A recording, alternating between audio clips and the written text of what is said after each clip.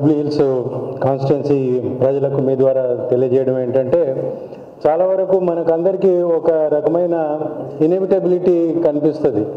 అంటే ఈవీఎంలో చూసిన తర్వాత ఒక 10 మందో 7 మందో ఉంటారు. దాంట్లో ఒక ప్రధాన పార్టీల పైనే చాలా మందికి దృష్టి ఉంటుంది. సరే, కొంతమంది ఇండిపెండెంట్ వాళ్ళ పరిధిలో ఉన్న ఇన్ఫ్లుయెన్స్ వల్ల వాళ్ళకి కొంత ఓట్లు పడవచ్చు. కానీ ప్రధానంగా మాత్రం ప్రధాన రాజకీయ పార్టీల చుట్టే ఎలక్షన్ అనేది ఎప్పుడు జరుగుతూ ఉంటుంది.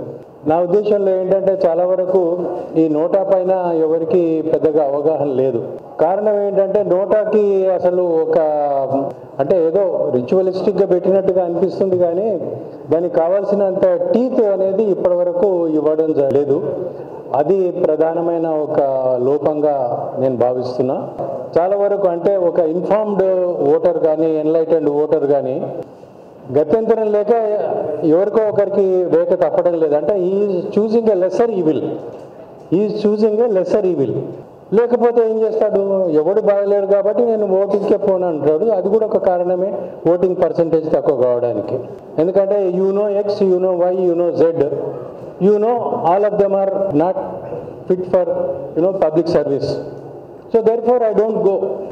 కాబట్టి పోయి ఆ ఎక్స్ ఏంది, వాడి క్యారెక్టర్ ఏంది నాకు తెలుసు, వై ఏంది క్యారెక్టర్ తెలుసు, జెడ్ క్యారెక్టర్ తెలుసు. కాబట్టి what is the point going and all the way standing in the Q and vote చేయడం అనేది వేస్ట్ ఆఫ్ టైం అనుకొని పోడు. That's also one of the reasons.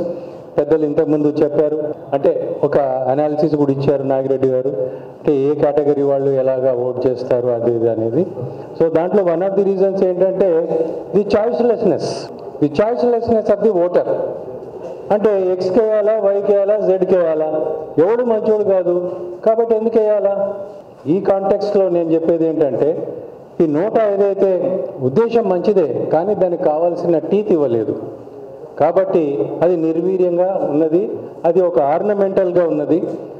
ఇవాళ సివిల్ సొసైటీ కానీ, సివిల్ సొసైటీ తరఫున పనిచేస్తున్న సంస్థలు, ఎఫ్జీజీ లాంటి సంస్థలు కానీ చాలా పెద్ద ఎత్తున నోటాని బలోపేతం చేయవలసిన ఆవశ్యకతని మేము గతంలో కూడా మా ప్రెసిడెంట్ గారు ఎలక్షన్ కమిషన్ ముందర పెట్టడం జరిగింది.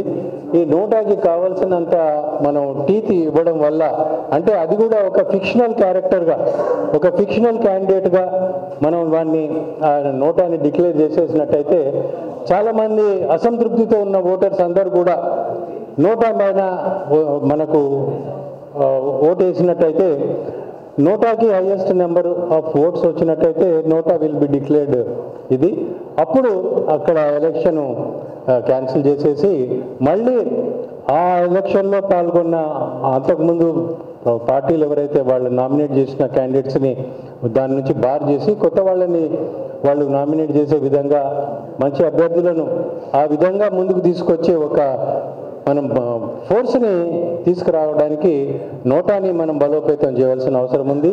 ఈ సందర్భంగా పాలసీ మేకర్స్ కానీ, తర్వాత ఇప్పుడున్న పరిస్థితుల్లో ఓటర్స్ కూడా, జూబ్లీ హిల్స్ కాన్స్టిట్యున్సీ ఓటర్స్ కూడా నా విన్నపం ఏంటంటే, మీరు చాయిస్లెస్నెస్ అంటే ఇన్ఎవిటబిలిటీ పరిస్థితుల్లోకి నెట్టబడకుండా ఎక్స్ లేదు, వై లేదు, జెడ్ లేదు, ఎవరికి ఇష్టం లేదు కాబట్టి X is a lesser evil కాబట్టి వేస్తున్నాను అనుకోకుండా మీరు వీలైనంత వరకు నోటాను కూడా ఉపయోగించండి. ఆ రకంగా కూడా మనం ముఖ్యంగా రాజకీయ పార్టీలకి ఒక సందేశాన్ని ఇచ్చినట్టుగా ఉంటుందని విజ్ఞప్తి చేస్తూ